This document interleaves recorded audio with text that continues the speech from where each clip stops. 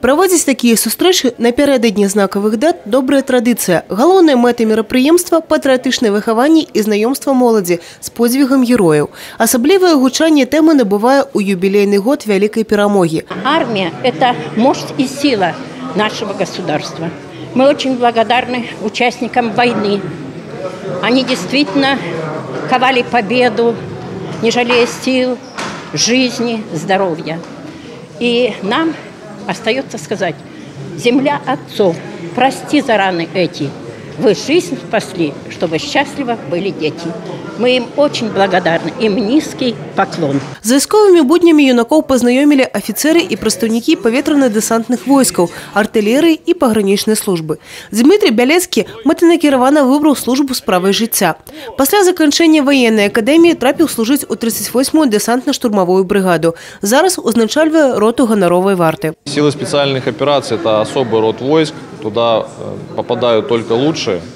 И, как говорил наш легендарный командующий Василий Филиппович Маргелов, попал в воздушно-десантные войска – гордись, не попал – радуйся.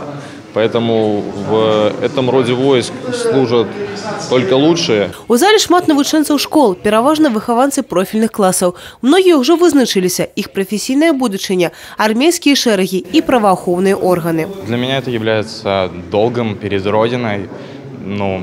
Мой брат закончил эти правоохранительные классы, и поэтому я считаю, что должен тоже пойти по его стопам.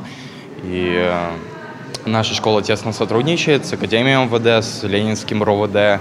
Я выбрал этот профиль, потому что для меня это как является честью.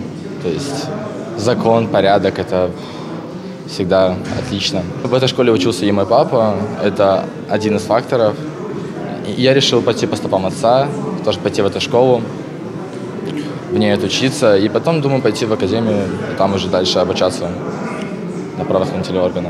Павага да ваенных традыцый, гісторыі сваёй краіны, гераізму – усё гэта аб'яднала ўдзельнікаў сустрэчы. А яшчэ ўпэўненасць у тым, што мірнае неба – адна з галоўных багаццяў, і яго варта абараняць. Евгения Мороз, Роман Филюсиш, телерадиокомпания «Брест».